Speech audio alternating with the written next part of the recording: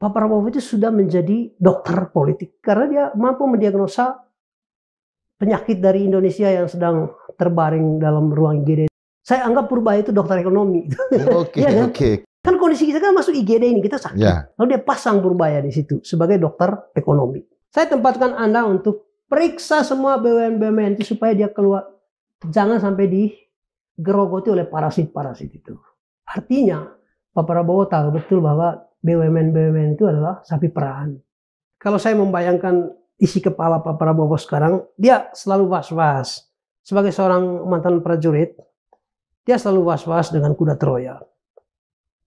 Karena kekuasaan dimanapun, istana dimanapun itu hampir selalu ada kuda Troya. Saya menganggap Pak Prabowo itu semacam panglima perang yang nggak pernah tidur sekarang itu. Indonesia itu nggak ada parpol. Nggak ada partai politik. Yang ada itu hanya perpol aja. Perpol? Yes, perusahaan-perusahaan politik. Okay, Ya kan? yeah. Jadi we have no political party, tapi we only have political enterprise. Saya anggap ini intervensi saya terhadap Pak Prabowo itu. Atau apa ya, provokasi lah kepada presiden itu. Supaya benar-benar Tuan Presiden ini maju lebih kencang lagi untuk menanamkan satu fondasi di politik. Di politik itu hanya berkenan dengan cari akar masalah kita. Dua itu kembali lagi dua itu. Korupsi, oligarki itu benar-benar ditebas kalau bisa.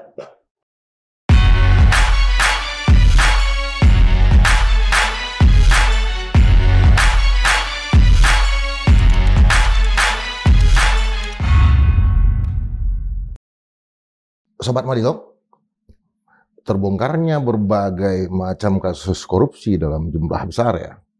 Kemarin kita lihat ada 13 triliun lebih yang diserahkan oleh Kejaksaan Agung kepada negara yang disaksikan oleh Presiden Prabowo Subianto. Dan sebelumnya juga kita melihat penyerahan smelter timah ya dan tanah pasir jarang di Bangka yang nilainya sekitar 300 triliun juga diserahkan kepada negara dan disaksikan oleh Pak Prabowo Subianto. Juga kasus-kasus yang lain yang mulai dibicarakan oleh publik seperti kereta api cepat, IKN dan lain-lain. Itu menunjukkan bahwa negara sedang tidak baik-baik saja. Masalah korupsi itu terjadi bukan saja di negara-negara otoriter, tapi juga di negara-negara demokrasi. Nah, untuk melihat aspek yang lebih fundamental dalam persoalan korupsi ini, dari sisi filsafat, tentu juga kita bicara filsafat itu untuk hal-hal yang keseharian, masalah filsafat politik, masalah tingkah laku elit dan segala macam. Kali ini untuk pertama kalinya kita menghadirkan seorang filsuf, tapi kayaknya bukan. Kalau dari tampangnya bukan seorang filsuf ya, seorang yang mempelajari filsafat, yang bukunya juga baru terbit ya, Filsafat Kemiliteran dan Keselamatan Negara, Eduardus Lemanto PhD, tapi dia nggak mau dipanggil PhD. Bung Edo. Selamat datang di Madilog. Selamat sore, Bang. Ya, bagi kami ya jurnalis itu Bung Edo ini kami anggap ahli tentang Niccolo Machiavelli. Nah, pertanyaan awal saya, apakah dalam filsafat Machiavelli ini ada masalah korupsi? Nasihatnya kepada pangeran, The Prince. Yes. Sebetulnya saya bukan ahli Machiavelli, tapi salah satu interpreter. Kurang lebih lah interpreter. Karena skripsi dan tesis saya berbicara Machiavelli.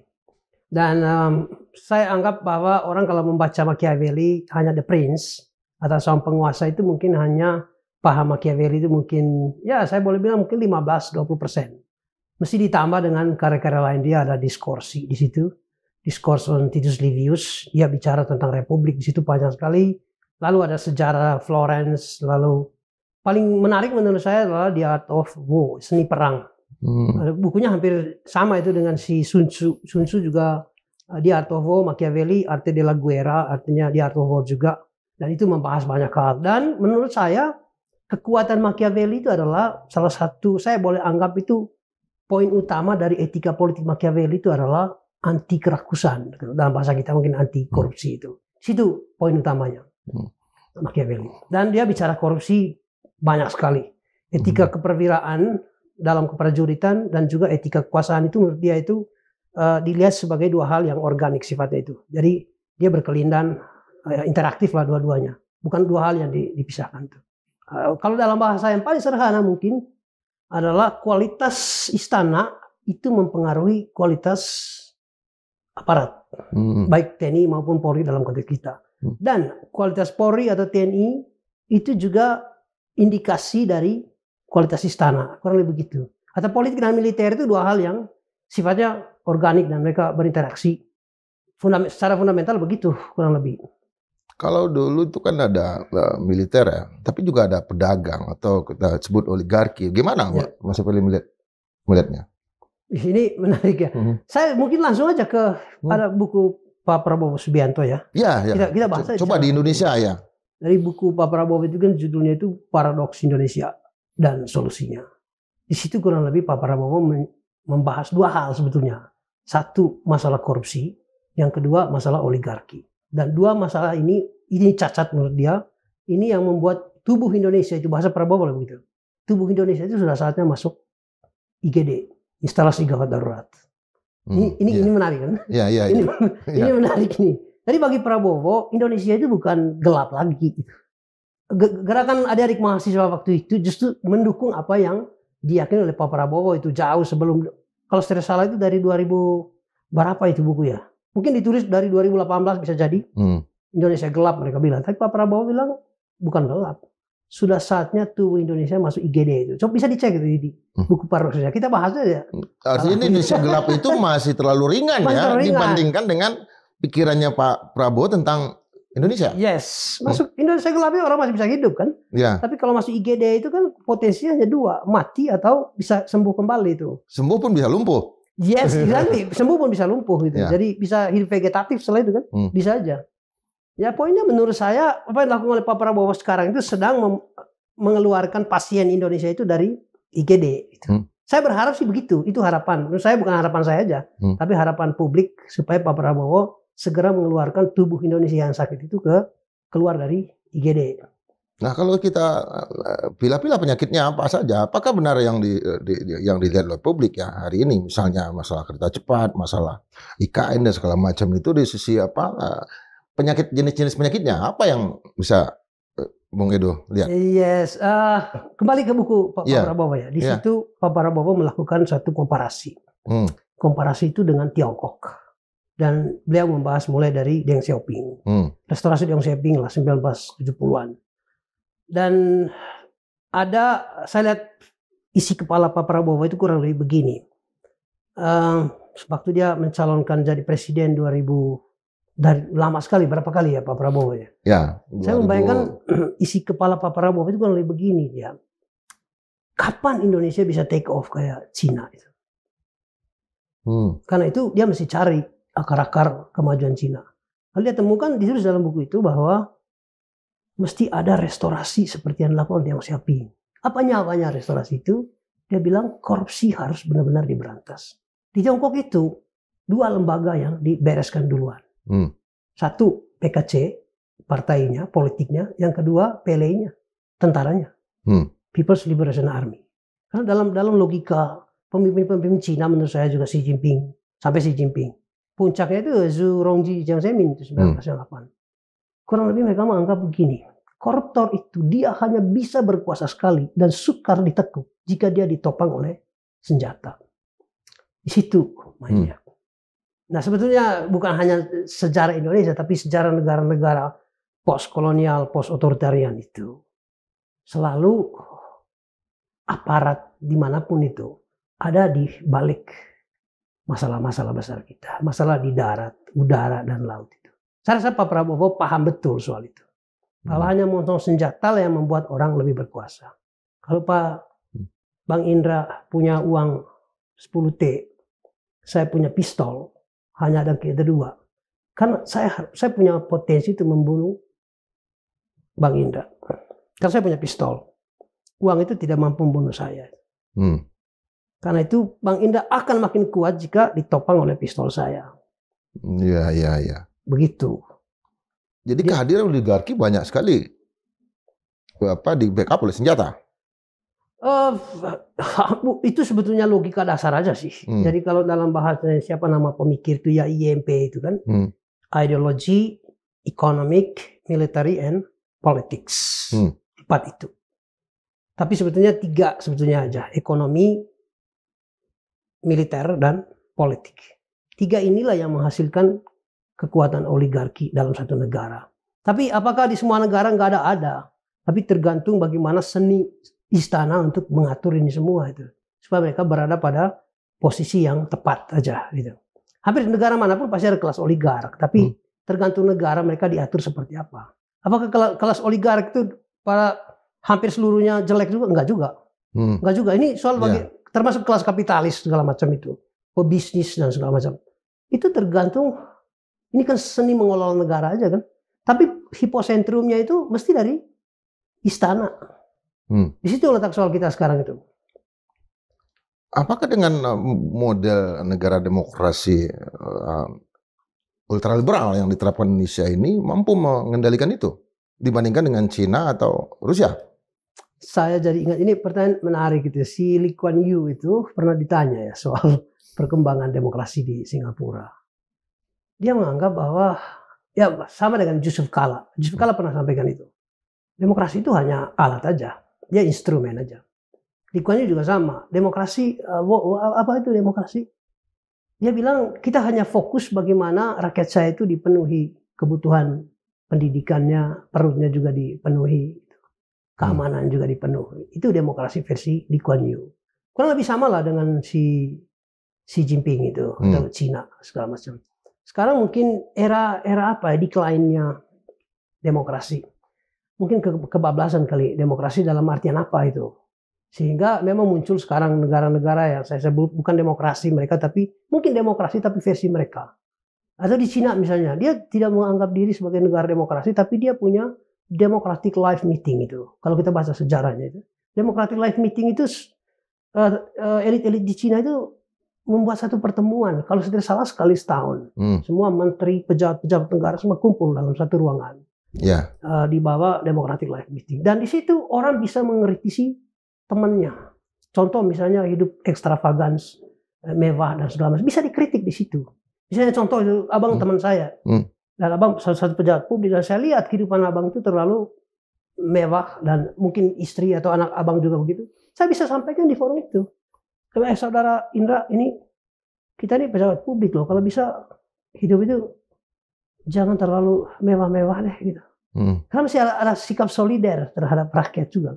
Ada itu. Jadi itu Tiongkok itu bukan negara demokrasi, tapi mereka punya Democratic Life Meeting gitu kan, menarik. Itu.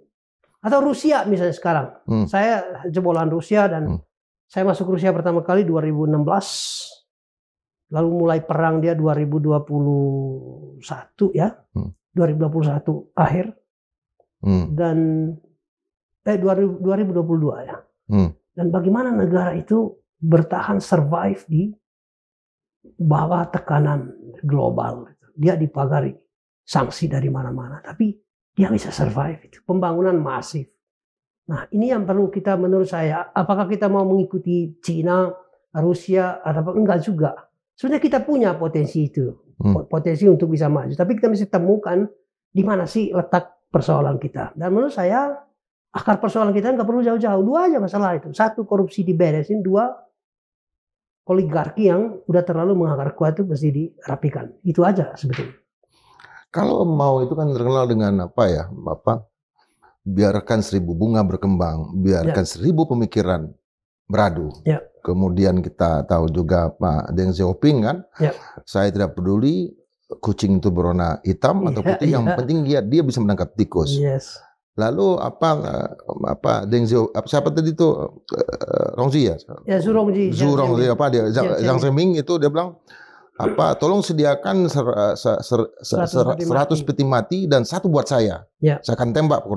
Apa yang mau dilihat dari sisi ini? Dan artinya pemikiran paradoks Indonesian paradoksnya Prabowo kan melihat dari sisi itu juga. Saya coba pingpong pertanyaan Bang Indra ini. Ya saya pingpong aja kan. Pingpong aja ke Prabowo Subianto sebagai presiden sekarang. Kan dia tulis sendiri dalam buku Paradoks Indonesia. Betul-betul Pak Prabowo mampu mendiagnosa persoalan utama kita. Dan itu tadi salah satunya korupsi. Itu ditulis di situ. Di buku Paradoks Indonesia. Nah kalau Pak Indra bertanya ke saya, ya saya pingpong ke Pak Prabowo. Jadi Pak Prabowo itu sudah menjadi dokter politik. Saya anggap Purbaya itu dokter ekonomi. Oke. Kan kondisi kita kan masuk IGD ini, kita sakit. Lalu dia pasang Purbaya di situ sebagai dokter ekonomi. Kasus Bus tadi itu, kasus macam-macam lah semua. Si Purbaya bilang enggak, itu enggak boleh diambil APBN itu. Semacam malak negara kan dari perusahaan-perusahaan itu. Dia bilang enggak mau. Mesti ada ininya, ada divisi-divisinya dan tidak boleh campur aduk. Negara enggak boleh diperas lah. Kalau lepas yang paling sederhana ya Purbaya bilang enggak boleh loh negara diperas ini. Karena itu dia ditempatkan Prabowo sebagai dokter ekonomi. Prabowo sendiri dokter politik karena dia mampu mendiagnosa penyakit dari Indonesia yang sedang terbaring dalam ruang IGD tadi itu. Karena itu ya rapikan aja itu kan. Tapi ada tanda-tanda itu kan. Saya rasa ada loh tanda-tanda itu. Pak Bang Indra tadi sudah memulai dengan dia saksikan sendiri bagaimana uang dari pajak dan bea cukai itu sudah disaksikan, diserahkan kepada negara. Berapa itu? 13T ya? Ya, 13T. Tambah satu lagi yang 7T potensi dari mana itu? Yang Pak Purbaya. Nah itu semua sih menurut saya ini tanda-tanda bagus ya. Dan saya berharap supaya Pak Prabowo ini tetap semacam memasang satu fondasi baru tentang perpolitikan kita. Saya anggap Pak Prabowo ini belakangan beliau sering keliling dunia itu. Bahkan satu foto dengan Xi Jinping, Putin sama Kim Jong Un. Lalu ada Pak Prabowo di situ. Itu bagus sebagai saya boleh anggap itu mantel politik kita ya bahwa Indonesia itu keren loh bisa satu deret dengan pemimpin-pemimpin yang menentukan geopolitik sekarang ini. Tetapi ketika Pak Prabowo kembali dan landing di Jakarta, saya rasa mesti ada satu apa ya, mungkin niat kali ya, niat Pak Prabowo untuk enggak deh, kayaknya saya mesti bereskan dulu deh penyakit dalam rumah saya itu, baru saya bisa terbang keluar. Kan itu yang lakukan Deng Xiaoping kan, dia tutup dulu semacam dia close Tiongkok dari geopolitik. Dualisme ekonomi ya, mayoritas dia tutup, tapi Makau, Hong Kong dia buka. Dia buka gitu. Tapi begitu dia udah siap, koruptornya ditembak mati semua itu. Hidup-hidup itu gila itu. Begitu dia udah siap bahwa baru dia buka itu tirai itu. Dia buka tirainya. Tirai bambunya dia buka. Tirai bambunya dia buka. Dan baru kelihatan pandanya ya. Betul. Dan dia tampil sebagai macan. Kan dia Cina itu nggak pede sebelum dia macan atau boleh bilang jaguar dunia sekarang. Tapi dia rapikan itu 20-an tahun ya kalau saya salah 20-an tahun. Kan ekonomi Mao Zedong itu kan diganti oleh ekonominya si Deng Xiaoping. Deng Xiaoping ya. Ya rubah itu semua itu. Jadi saya boleh anggap itu Cina itu semacam mix ekonomi ya seperti yang katakan Pak Prabowo itu. Ambil sisi positif dari kapitalisme, tapi juga ambil sisi positif dari sosialisme. Di mix saja kan. Begitu. Apakah kapitalisme semuanya jelek? No. Peradaban ini dibangun melalui sistem kapitalisme. Kalau kita baca sejarahnya itu dari abad pencerahan ya, abad 13-14 mulai itu. Lalu sosialisme apa semua jelek? Enggak juga. Di mix saja mereka itu. Nah lagi-lagi menurut saya sopirnya atau pilotnya itu ada di istana itu di situ. Jadi saya menganggap bahwa pemimpin-pemimpin negara-negara maju kayak Tiongkok itu mereka percaya pada apa yang kita sebut teori kelas elit ya. Teori kelas elit itu kan isinya itu selalu perubahan itu selalu bersifat dari atas ke bawah itu top down itu. Nggak pernah bottom up. Ada Mosca di sana, termasuk Machiavelli, Plato juga sama. Plato bicara tentang filsuf raja itu kan. Sekarang kita bikin aja kan, filsuf presiden gitu kan. Filsuf presiden karena dia penentu, dia gubernarnya itu, dia kapten kapal Indonesia. Itu sebetulnya Pak Prabowo menurut saya udah mampu banget lah mendiagnosa persoalan kita, tinggal dia memutuskan aja sekarang kita mau apa. Saya rasa itu legasi yang dia akan bikin. Cukup fokus dua aja. Bukunya Pak Prabowo itu fokus dua hal, korupsi dan oligarki. Itu yang dia inginkan. Menarik. Kan Bung Edu kan sering ke Saint Petersburg ya, sama ke Moskow ya. Itu sejauh ini kemampuan Moskow atau Rusia bertahan dengan embargo dan segala macam, apa pelajaran yang mau diambil dari sana? Saya dibawa oleh seorang kawan pergi ke suatu lapangan besar sekali, tempat tank-tank, terus rudal-rudal yang dipakai oleh NATO untuk melawan Rusia. Ada, saya punya fotonya semua itu. Lalu orang bertanya, apakah Rusia perang dengan Ukraina? Enggak. Dia enggak perang dengan Ukraina. Dia perang Rusia versus NATO. Dan itu ada semua peralatan evidence itu semua ada itu. Tank-tank, lalu senjata, drone, segala macam itu dikumpulin yang berhasil diambil alih oleh Rusia itu. Kalau pertanyaan tadi, apa sih pelajaran yang kita bisa ambil dari negara ini? Saya 2016 masuk ke Moskow dan saya selalu setia membeli roti di toko yang sama. Yes. Lalu awal tahun saya terakhir ke sana itu, kalau saya salah awal tahun ini, saya ke sana lagi dan membeli roti di toko yang sama. Harganya sama. Terus mata uang rubel itu ukuran yang paling sederhana ya. Mata uang rubel itu menguat ya. Dari 108 kalau saya salah per USD. Sekarang dia 87 gitu. Dalam kondisi perang. Dia dipagari sanksi itu. Yang saya ingin katakan adalah Soekarno pernah membangun satu konsep itu karakter building. Berdikari segala macam. Pak Prabowo juga dalam buku Paradoks Indonesia bicara tentang kemandirian. Tapi kemandirian itu lagi-lagi bukan soal SDA. SDA itu menurut saya dia urutan ke-10 lah sumber daya alam. Singapura nggak punya darat, nggak punya laut, bahkan udara nggak punya. Israel kita plus minus Israel ya. Dia berada di tengah-tengah di antara yang secara ideologis berseberangan sama dia nggak punya apa-apa juga, SDA nggak punya. Tapi dia mampu menjadi negara yang solid dan kuat. Singapura dikelilingi oleh negara-negara yang secara rasial, secara ini dia berbeda dari yang lain. Bahkan saya bilang tadi, udara pun dia nggak punya itu. Dia mampu survive itu. Jepang misalnya, Jepang itu paling berapa persen sih daratan yang bisa ditanami tanaman?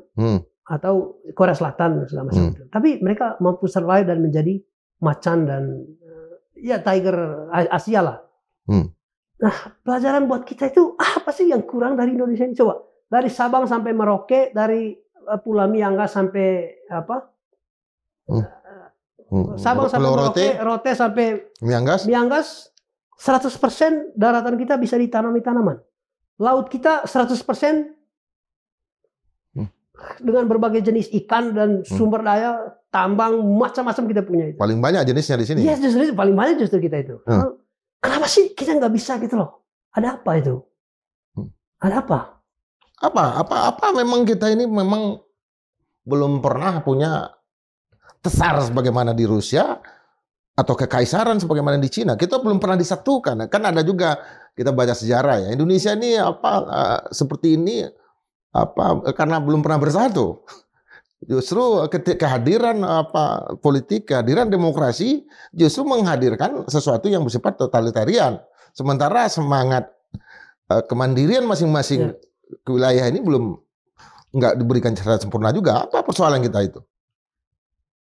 SDA kita punya ya. Kita mulai dari sana. SDM tidak jelek juga. Kita banyak orang-orang mampu kok. Ya, kita aja lihat aja jebolan-jebolan kampus-kampus terbaik di dunia juga. Kita punya. Lalu apa yang kurang kita? Kita defisit kehendak baik sebetulnya. Kita surplus kehendak jahat, tapi defisit kehendak baik. Kan di situ letak soal kita. Saya percaya dengan teori kelas elit tadi itu.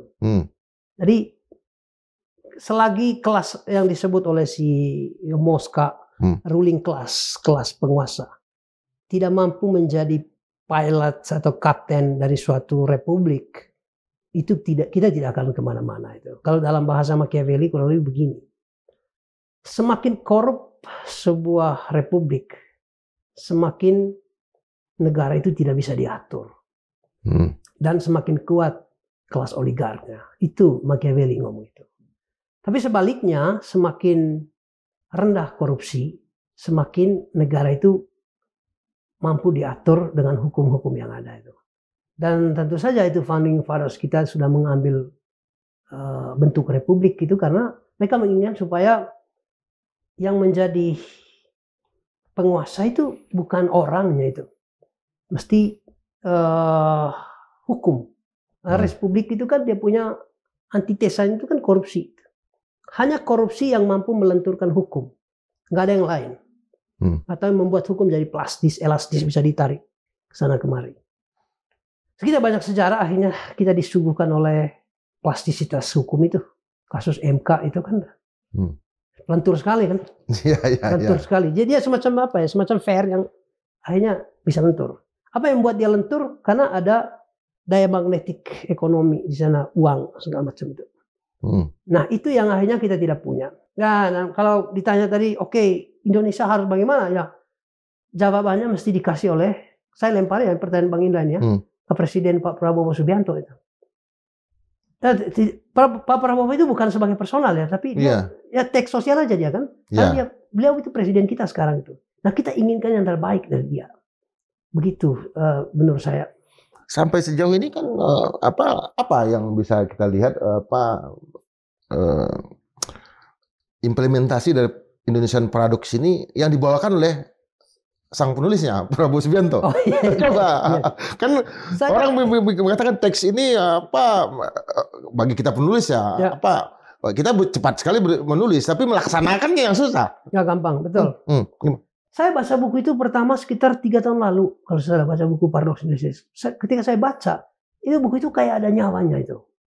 Saya nggak tahu terlepas. Saya rasa mungkin bukan Pak Prabowo yang menulis tapi idenya dari Pak Prabowo lalu ada yang tim ya ada tim. Itu biasa lah ya. Betul. Dan tapi buku ini semacam ada nyawanya. Kalau kita baca secara total buku itu, apa yang dilakukan oleh Presiden Prabowo sekarang itu semacam penjelmaan dari isi buku itu. Contoh misalnya, masalah korupsi misalnya. Pak Prabowo menganggap bahwa APBN kita itu semacam jadi bancakan politik selama ini. Karena itu saya melihat kehadiran Purbaya misalnya sekarang Menkeu. Semacam ini saya taruh Anda deh untuk menjadi dokter di situ, halang itu yang bajingan-bajingan itu ya. Dia mesti beresin itu, nggak boleh main-main dengan APBN itu satu. Terus yang kedua yang disebut ekonomi kerakyatan kalau dalam konsep Pak Prabowo itu. Tapi dia mix juga dengan ambil positif kapitalisme, sosialisme. Tapi ujungnya apa? Rakyat. Dengan kebijakan yang terakhir dia supaya dana dari BI itu diturunkan ke bank-bank negara. Dan itu mesti ada, kalau bisa piramida terbalik ya, supaya rakyat yang mesti diselamatkan. Nah ada unsur itu saya lihat semacam ada perwujudan dari apa yang dipikirkan Pak Prabowo ya dalam buku itu. Dan ada beberapa koruptor sekarang mulai termasuk masalah di minyak dan segala itu sudah mulai dirapikan oleh Presiden Prabowo. Saya inginkan supaya, ya bukan saya, tapi kayaknya bangsa ini inginkan supaya benar loh, mesti ada step by step ini, mesti mulai dirapikan semua hal-hal begini. Begitu saya lihat. Lalu kelas oligark juga, dia bicara di situ ya, salah satu oligarki dalam politik.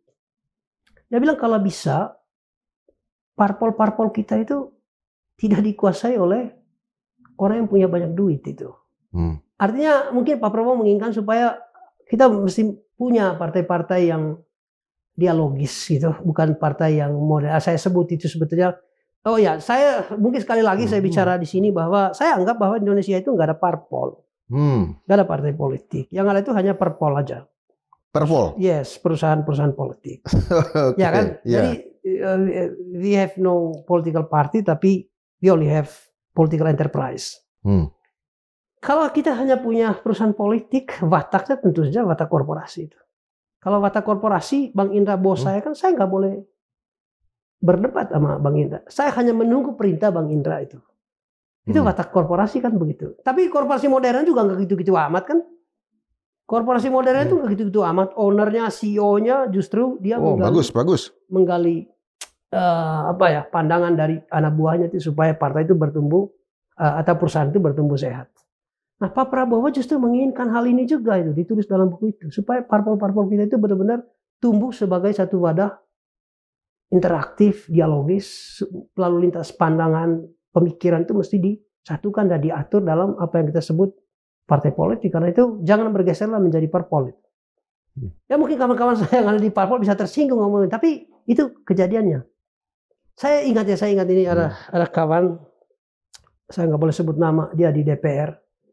Ada satu kasus besar, pokoknya intinya dia bicara lah, mau membela rakyat di satu daerah karena ya digencet oleh kelas oligark. Dia baru bicara beberapa menit, ditelepon oleh ketua fraksinya. Jangan bicara itu, nanti Anda bisa kena PHW Anda. Nah itu, ya di DPR juga, saya anggap mereka semacam pion-pion aja, yang ada remote controlnya ada di parpol. Nah akhirnya mereka mewakili rakyat? Enggak juga. Saya tidak melihat anggota DPR kita itu mewakili rakyat, enggak. Mereka mewakili kepentingan partai. Dan nggak ada ideologi ya? Ideologi dalam artian, kalau ideologi dalam artian lebih luas, apakah di Indonesia itu kita punya partai yang saya anggap itu ideological base misalnya, kan mesti ada wujudnya itu ideologi itu. Misalnya di Jerman misalnya, partai-partai di Jerman itu dibangun di atas satu gagasan. Jerman itu menarik, dia negara kapitalis tapi juga kapitalisme kasar itu dihadang juga oleh sosialisme kan. Makanya saya anggap Jerman itu negara dengan satu sistem mixed ideologi baik dalam ekonomi dan segala macam. Jadi kapitalisme itu dihadang oleh sosialisme. Jadi kelemahan sosialisme juga mesti diisi oleh kapitalisme itu. Nah, apa konsekuensinya misalnya yang dilakukan oleh parpol-parpol di Jerman, misalnya Alternative für Deutsch misalnya itu ya, itu partai itu. Jadi mereka menghadirkan pikiran-pikiran kebangsaan itu di situ. Dan partainya juga dibiayai oleh negara kan di Jerman. Karena dibiayai negara, jadi dia nggak ada tuannya. Kalau saya tanya Bang Indra, di Indonesia partai-partai kita ada tuannya nggak semua? Kantong sendiri. Yes, di situ soal kita itu. Lalu kita kalau mau mengubah watak parpol-parpol kita tidak gampang. Tidak gampang. Who owns the money owns the party. Simple dia. Begitu dia punya cara melihatnya itu.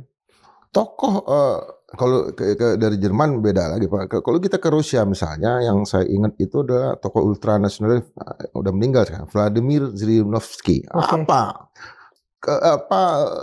Apakah partai-partai di Indonesia ini karena terlalu sibuk dalam negeri, jadi tidak punya kepentingan ultranasionalis, misalnya menginvasi negara lain? Ini mungkin bisa saja ini pandangan sangat personal dari relasi saya dengan kawan-kawan kuliah saya orang Rusia, interaksi dengan masyarakat, akademisi, analis, segala macam itu. Rusia itu kalau bicara nasionalisme, saya belum temukan Slava-Rasia itu semacam melekat dalam dada mereka itu. They are Russians.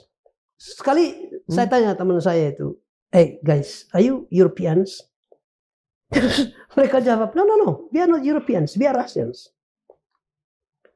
Kami bukan orang Eropa, Edward. Kami orang Rusia. Tapi guys, kalian kan bagian dari benua biru kan? Enggak. Kami orang Rusia itu. We are completely different from Europeans. Itu bahasa mereka. Kan saya bingung ya, padahal sebelum saya ke sana mungkin Bang Indra juga atau kawan-kawan semua. Rusia itu adalah Europeans. Tapi kita masuk di sana, kita diskusi sama mereka, ya kalian Europeans, dan mereka interpretasi saya, no, we are not Europeans, we are Russians. Mereka bangga dengan kerusiaan mereka itu. Ada satu kebanggaan itu. Dan itu bisa berasa atmosfernya. Lalu saya mesti cari tahu ya, kenapa sih orang Rusia itu benar-benar bangga menjadi. Saya selalu di banyak forum itu, saya selalu menggambarkan Rusia itu pecah 91 ya. 91. Dia hanya butuh berapa tahun ya? 91, 2002 juga sudah mulai rapi ya. 2002. Saya dengan diplomat-diplomat dari negara-negara ASEAN, termasuk dari Indonesia, ya sudah lama. Pra 2000 mereka udah masuk Moskow dan pasca 2000. Mereka udah tahu Rusia pra 2000. Saya tanya berapa kali, gimana perbedaan antara atau pra Putin kalau kita misalnya pra Presiden Putin, pasca Presiden Putin. Mereka bilang ini 180 derajat perbedaannya. Kenapa itu? Itu Rusia yang pra 2000 pasca 2000 itu dua hal yang berbeda itu. Jadi mereka hanya butuh sekitar 10 tahun ya, 1 dekade aja untuk berubah. Kita nggak pecah 98, tapi reformasi udah 27 tahun. I don't think so. Kita tahu akan kemana kita. Apakah Saya lanjut sedikit soal kenapa mereka bangga sekali orang Rusia. Bukan hanya saya, tapi kita semua tidak bisa membandingkan Rusia dengan Indonesia. Tapi secara geografis, secara SDA, saya rasa sangat bisa dibandingkan. Rusia itu punya SDA banyak sekali. Tambang, macam-macam semua ada di Rusia. Kita juga sama. Dan dia negara besar juga. Terbang dalam negeri Rusia itu jauh banget. Dia punya segalanya juga di SDA. Kita juga punya segalanya. Tapi ada dua sistem yang berbeda cara mengatur negara. Rusia percaya pada apa yang saya sebut teori kelas elit tadi itu. Bahwa istana atau Kremlin itu menentukan arah gerak Rusia. Dan itu kebukti. Rusia 2002 sampai dengan 2025 sekarang itu adalah Rusia yang haluannya jelas. Dia terbang bukan hanya, dia nggak akan terbang ke bulan aja itu. Dia akan terbang ke Mars. Ya. Karena sainsnya dia sudah mulai menyentuh Mars. Betul. Ya, bahkan mungkin bisa-bisa lama-lama mereka, kita tidak pakai Google di Rusia ya. Google kita nggak pakai lah, kita Yandex saja. Kita nggak pakai Facebook, tapi mereka bikin sendiri namanya kontak. Segala macam itu, semua mereka bikin sendiri. Itu ada negara yang mampu bersaing. Negara maju, negara Barat bikin ini, dia bikin juga yang lain. Telegram contohnya ya? Yes, semua itu, semua dibikin sendiri sama dia itu. Kita pakai Google Map, dia pakai Yandex Map segala macam. Nah, ini negara-negara yang akhirnya dia tahu kita harus punya kedaulatan dalam segala hal.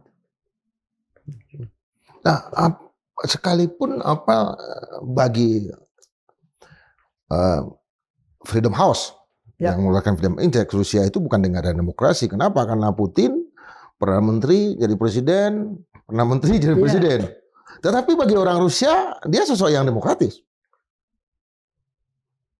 Kalau kita misalnya tanya orang Rusia, kalian negara demokratis nggak? Separuh mereka bilang ya, karena esensi demokrasi itu mereka jalankan. Tapi separuhnya mungkin mereka bilang enggak. Karena prosedur demokrasi yang umumnya dibikin oleh negara-negara Afrika, Amerika Latin, termasuk Asia ini, mereka punya cara sendiri itu. Karena secara esensi, saya rasa Cina juga negara demokratis. Ya dong. Infrastruktur yang bagus, lalu korupsinya ditekan habis-habisan. Kalau kita kembali ke Machiavelli bilang satu negara hanya bisa dibilang republik jika korupsi ditekan, kalau bukan sampai titik nol, tapi serendah-rendahnya itu korupsi. Lalu demokrasi dia berdampingan dengan republik, tentu saja, karena fondasi republik itu kan governance by law itu. Tapi tidak mungkin terjadi governance by law jika pemegang kekuasaan itu korup. Karena hanya itu yang mencelakakan sebuah republik itu adalah ketika pemegang kekuasaan itu korup itu. Nah, saya anggap Pak Prabowo sekarang ada satu profesor, saya nggak boleh sebut namanya ya, profesor itu ya. Dia menggambarkan bahwa kekuasaan itu dia mirip seperti pisau. Tergantung mau kekuasaan yang demokratis atau apapun, tapi tergantung pisau itu ada di 3 tangan. Tangan pertama itu dokter bedah, tangan kedua itu tukang masak di dapur, tangan ketiga itu bajingan tuh atau pembunuh. Oh, yes, kan itu satu profesor. Saya nggak boleh sebut namanya ya. Tapi dia seorang profesor hukum, dia jebolan Jerman, sangat menarik dia menggambarkan itu. Sekarang kalau kita tanya sekarang, kira-kira pisau kekuasaan itu sekarang ada di mana? Di dokter bedah kah? Di tukang masak di dapur? Atau di penjahat? Tapi kalau saya langkah-langkah Pak Prabowo sekarang itu kelihatannya pisau itu ya, harapannya juga sama. Pisau itu ada di dokter bedah. Dan itu yang kita inginkan. Sekalipun penjahat dalam terminologi tadi jangan-jangan itu assassin ya. Ya. Artinya penjahat profesional pun dia punya tujuan juga. Ya, yang dia lawan juga korup juga kan? Betul. Absolut juga. Nah, kalau kita lihat paradoks Indonesia dan paradoks Rusia, apa yang Bung Edu pikirkan? Coba kita bongkar lagi nih. Karena kita mau hadirkan Bung Edu agak sering ini. Saya mau gini. Saya mulai dari kesan-kesan.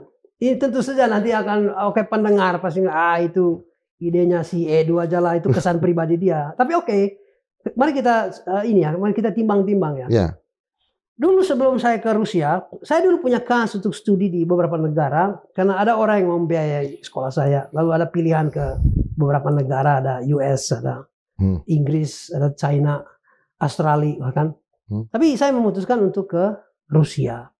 Kenapa saya memutuskan ke Rusia? Karena saya nonton film-film semua yang dibikin oleh Hollywood, atau boleh dibilang ya westernized filmers itu. Jadi Rusia itu dianggap sebagai negara mafia, itu penuh bajingan, tidak nyaman, urak-urakan lah kurang lebih begitu. Saya landing 2016 di bandara, semua serba serius. Anda siapa, ini orang baru, segala macam, cek lengkap. Satu orang bisa 10-15 menit. Apalagi orang pertama kali masuk situ. Saya melihat, ini artinya sistem proteksinya tinggi. Lalu mulai masuk di kehidupan harian, di apartemen, jalan malam. Saya sekali sama teman dari Bangkok, kita pulang sekitar jam 2 pagi. Kita pulang dari nonton inilah, kita nongkrong-nongkrong lah. Masuk-masuk. Saya ada perasaan takut ya, karena otak saya itu sudah dipengaruhi oleh film ya. Tapi kita masuk metro, bawah tanah, jalan kaki, semua aman. Nggak ada. Apakah ada orang mabuk di jalanan segala macam itu? Nggak ada tuh. Rupanya semua itu serba dipantau oleh negara. Ingin memastikan bahwa kehidupan masyarakatnya aman. Jadi kita boleh pulang jam berapa aja itu. Nah, sekali waktu saya undang kawan saya dari Perancis, kita minum lah, biasa akhir pekan kan, pada ngumpul tuh di apartemen saya itu, pada minum. Terus dia bilang, Edward, ini kita nggak bisa merasakan hal yang sama di Paris, Lyon juga sama sudah. Kita nggak bisa rasakan sama, karena malam itu sudah banyak pencopet. Siang aja banyak pencopet ya? Iya. Teman saya dari Italia juga bicara hal yang sama. Saya bukan propagandis Rusia ya, enggak lah. Saya bukan. Tapi ini kesan-kesan personal yang mungkin bisa menjadi bahan pertimbangan buat para pendengar bahwa apa yang digambarkan oleh media itu, kalau dalam Yasser Amir Piliang itu semacam kondisi simulakrum ya. Simulakrum ya. Jadi semacam ada patahan antara apa yang digambarkan media dengan apa yang terjadi di lapangan itu. Itu yang itu kesan pertama. Kesan kedua, Piala Dunia 2018 itu kan di Rusia itu. Dan kesan orang-orang, wow, this is Russia. This is Russia itu tidak seperti yang digambarkan. Semua tertib, metronya bersih, segala macam. Hutan kota di mana-mana, pohon. Bagi mereka pohon itu lebih berguna daripada gedung tinggi ya. Nah itu kita temukan danau-danau buatan segala macam. Jadi tingkat kesejahteraan ya, saya tidak mengatakan bahwa Rusia juga tidak punya masalah kemiskinan, adalah tentu saja daerah-daerah pedesaan juga sama. Jangankan Rusia lah, Amerika yang sudah berkembang lebih jauh juga, kasus Philadelphia segala macam itu banyak banget lah masalah begitu. Tapi yang saya mau tunjukkan bahwa tingkat kesejahteraan Rusia itu mereka sudah masuk pada level bahwa kesejahteraan itu sampai pada masalah saya menghirup O2 enggak. Atau karbon dioksida kan begitu kan? Iya. Yang saya hirup ini O2 atau CO2 itu sudah sampai pada level itu. Dan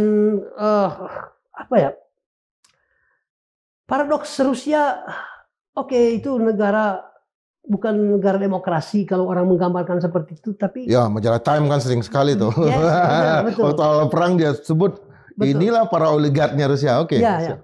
Tapi setelah itu saya menganggap bahwa negara ini dia bergerak naik, makin ke sini makin bagus. Mungkin kalau saya misalnya Bang Indra, kira-kira apa masukan Anda terhadap Rusia? Rusia itu punya pemimpin-pemimpin yang punya intensi yang bagus buat negaranya. Tinggal itu nanti intensi pribadi ini dikemas menjadi intensi lembaga. Kan begitu. Apakah Indonesia juga kita kekurangan orang yang punya niat baik? Banyak orang punya niat baik.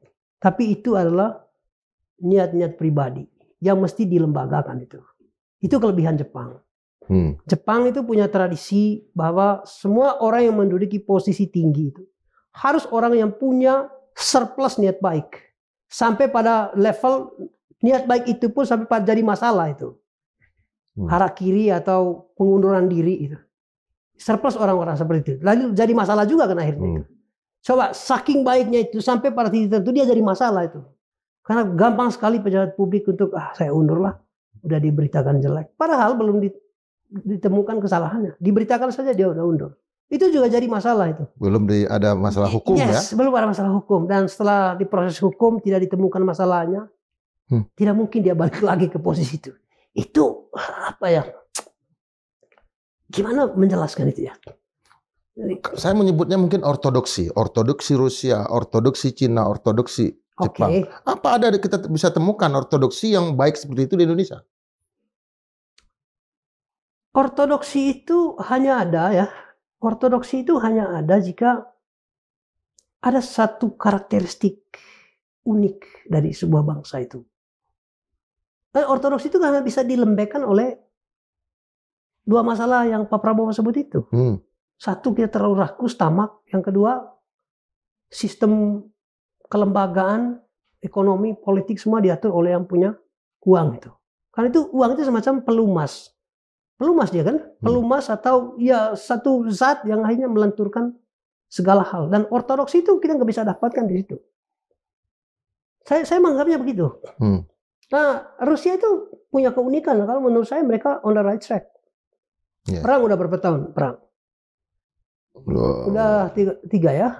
Tiga tahunan. 3 tahunan. 3 tahun. Sekarang dia mulai bergeser ke Afrika. Kerjasamanya Tiongkok, India, BRICS lah. Jadi mereka paham mesti harus buat apa dalam kondisi tekanan seperti ini. Saya ingat siapa namanya ini, sastrawan kita ini, Putu Wijaya. Putu Wijaya bilang begini.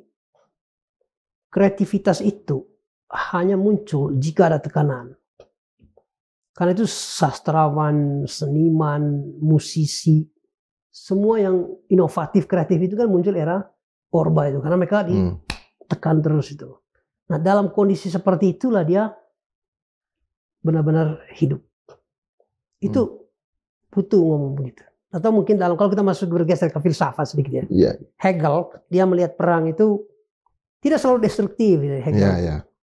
Dia melihat perang itu justru semacam satu momen untuk merevitalisasi semangat kebangsaan itu. Atau patriotisme lah. Seperti itu. Jadi perang itu yang membuat masyarakat akhirnya jadi solidaritasnya muncul kembali. Kesatuan, solidaritas, apalagi semangat kebangsaan semua ada di situ. Jadi ada sisi, Hegel tidak melihat perang itu dari satu sisi, tapi dia melihat dari secara dialektis kan. Jadi perang itu tidak selamanya destruktif, tapi juga dia menjadi satu momen untuk membangun. Sekarang Indonesia berperang nggak? Indonesia kita berperang juga, tapi perang ekonomi misalnya. Tapi panglima perangnya Purbaya. Yes, sekarang itu saya anggap Pak Purbaya itu semacam Pak Prabowo bilang, yuk jadi perwira atau jenderal untuk ekonomi ya. Yuk saya pasang Anda di situ. Nanti you beresin. Nah, itu yang kita harapkan dari langkah-langkah yang dilakukan oleh Pak Purbaya sekarang itu saya anggap sih ini satu keseriusannya dan kalau bisa jangan pupus. Kita berharap begitu ke Pak Prabowo. Jadi kalau saya mau tambahkan sedikit ya. Kelihatannya ya, tampaknya Pak Prabowo ini inginkan supaya Indonesia itu punya apa yang kita sebut itu di politik ya. Politik yang dalam gitu loh. Politik yang dalam gitu.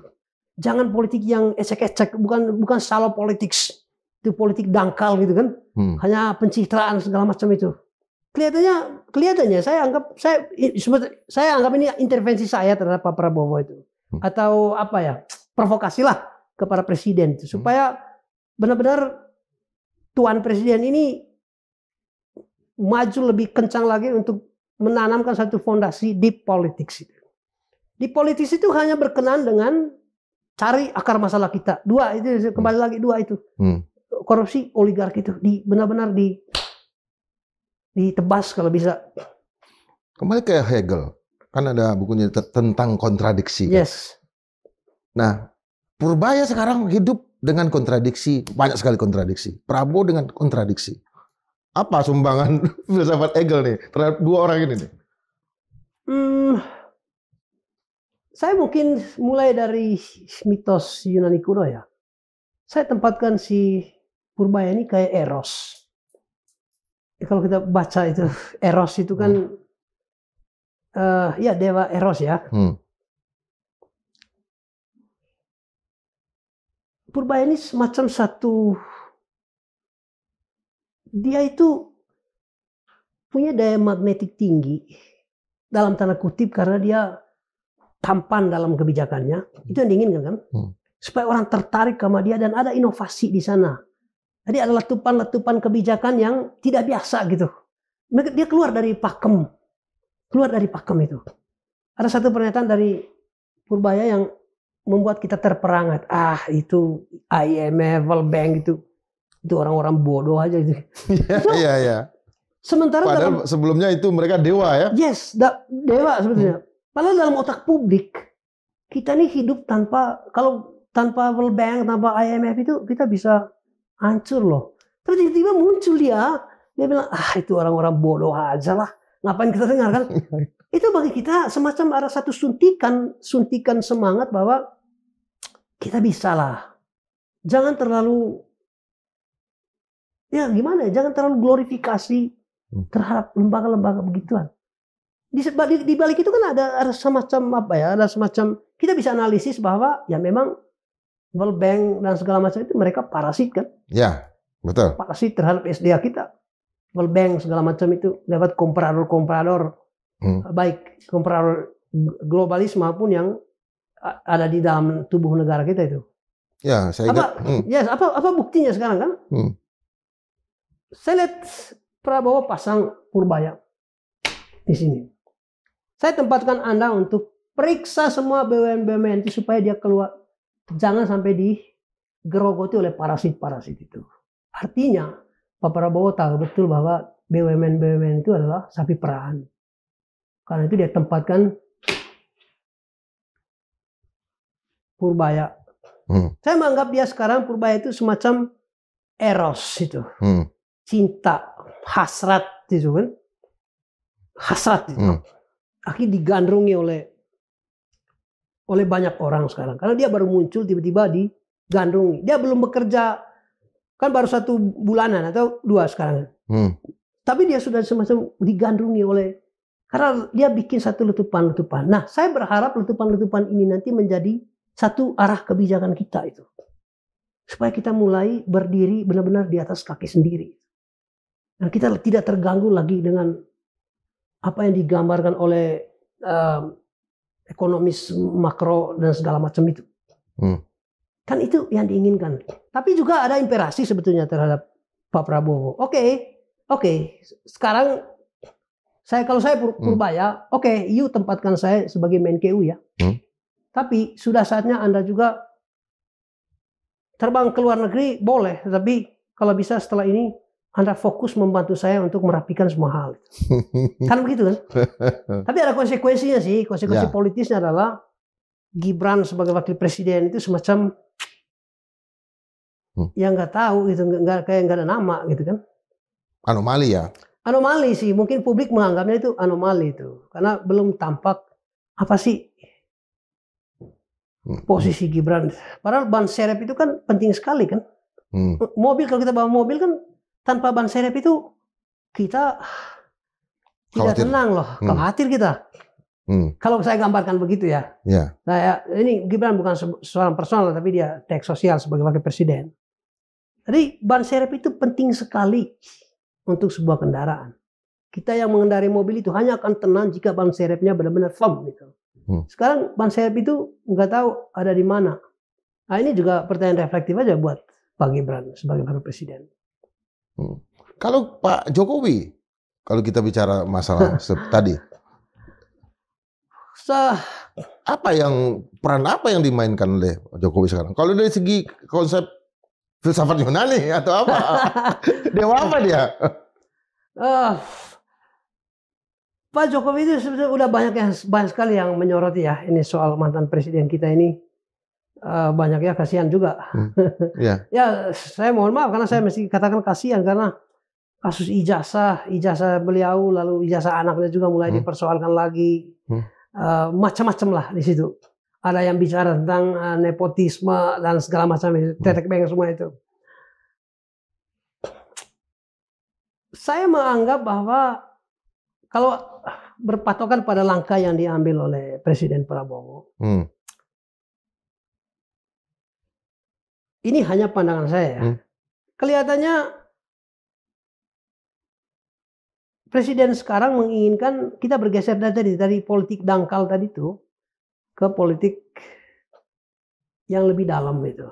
Artinya cita-cita yang digambarkan buzzer dan segala macam itu, kalau bisa ya mungkin boleh aja sebagai ornamen demokrasi itu boleh aja. Tetapi kita mesti masuk benar-benar lebih ke hal-hal yang fundamental itu soal kebangsaan kita. Dan kita tidak bisa mengelak, saya rasa rejim Jokowi juga tidak bisa mengelak bahwa ada banyak masalah itu. Sekarang banyak menterinya sudah mulai dimasukin penjara. Itu something buat kita. Dan Pak Prabowo kelihatannya juga memahami soal itu dan mencoba untuk kalau bisa legasi dia di ujung dari masa jabatannya nanti adalah tidak mengulangi kesalahan yang dilakukan oleh rejim sebelumnya. Tapi apakah era Jokowi itu buruk semuanya? Enggak lah. Ada sisi-sisi di mana kita harus akui ada hal-hal baik yang dilakukan oleh Jokowi itu. Ada satu konsep misalnya Pak Prabowo setuju dalam buku soal hilirisasi yang kita sebut hilirisasi itu.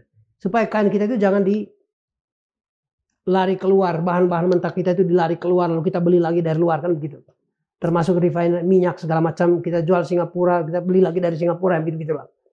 Ada sisi itu dan Prabowo mengaku itu. Saya rasa wujudnya nanti berharap banget supaya Pak Prabowo menjalankan ya di politik itulah. Kurang lebih begitu saya lihat itu. Artinya kalau kita lihat kan ada satu kehadiran Pak Prabowo, kehadiran Pak Purbaya, kebijakan yang dilakukan oleh Pak Prabowo. Nggak tahu ini apa dia sedang bermain catur. Agak lembut sebetulnya. Ya. Cara dia menggeser-geser menterinya, bentengnya, kudanya itu tidak seperti seorang penunggang kuda ya. Tetapi ada pergerakan karena dia memimpin sebuah armada. Artinya ada harapan bahwa hari esok akan jauh lebih baik dari sisi governance. Prabowo Subianto ini mantan tentara dan posisi Danjen Kopassus ya terakhir. Panglima Kostrad. Kostrad. Dan dia penyuka kuda.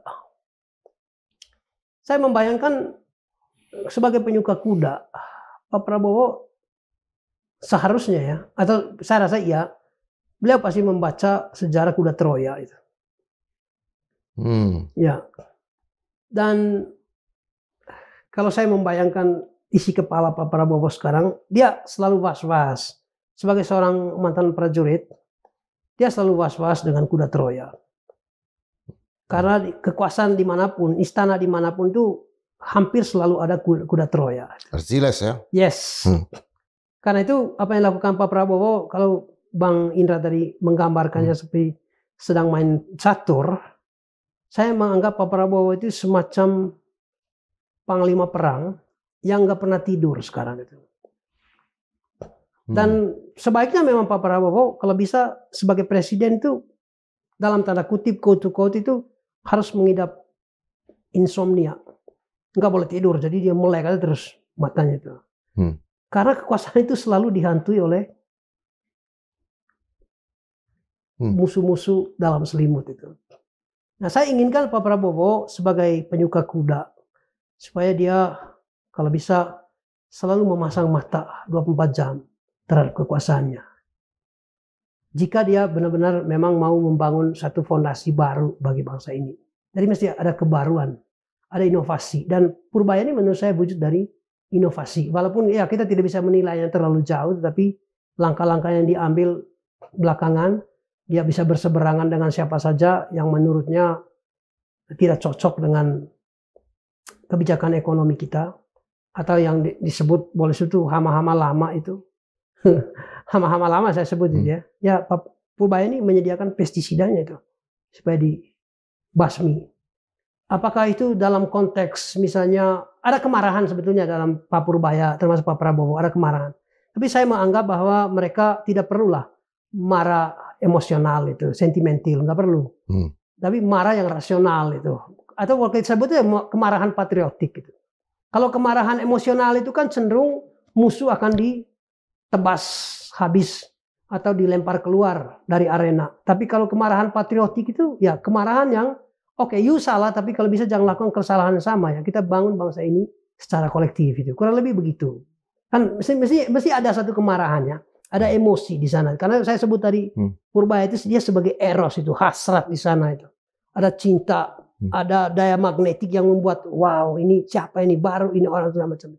Nah, kita marah kepada globalis misalnya atau kepada tekanan ekonomi dunia, kita marah, tapi kemarahan patriotik. Mereka juga tetap, kalau dalam bahasa Pak Prabowo itu one enemy is too much, too many, but thousands friends are too little. Yes. Saya rasa itu yang mau ditampilkan Pak Prabowo sekarang, bahwa kita harus bangun satu kemarahan nasional, tapi kemarahan patriotik itu. Kita hentikan semua kelakuan-kelakuan kita di masa lalu yang busuk lah. Korupsi, oligarki, dan segala macam. Tapi kita bangun satu bangsa yang benar-benar solid. Nah, sekarang beban itu ada di Pak Prabowo itu. Di pundak beliau sekarang. Mau diapakan bangsa ini. Oke. Kurang lebih begitu. Oke. Sobat Marilog, nggak terasa 1 jam lebih. Saya lebih seperti bukan podcast ini, tapi diskusi gitu dengan Bung Eduardus Elemanto. Nanti saya juga tanya apa artinya Elemanto, tapi kesempatan berikut. Tapi ada komitmen tadi bahwa Bung Eduardus akan hadir di sini, kalau nggak sibuk di luar, dia akan muncul di sini dalam episode berikutnya. Dan tentu pembicaraan kali ini bukan berarti kami ingin meninggalkan persoalan-persoalan keseharian, persoalan-persoalan spesifik, tema-tema yang selama ini teman-teman netizen saksikan di Dialektika Marilog. Karena yang keseharian itu seperti ini, sesuatu yang tidak lagi membahas sesuatu yang sangat sepele tadi, sesuatu yang hama-hama dari masa lalu, bau-bau dari masa lalu, tapi hasrat, jiwa, harkat yang lebih dalam dari bangsa itu, politik yang lebih dalam, ekonomi yang lebih dalam. Tapi tunggu dalam episode berikutnya. Tetap berpikir merdeka 100%. Siap. Terima kasih Bang. Terima kasih Bang.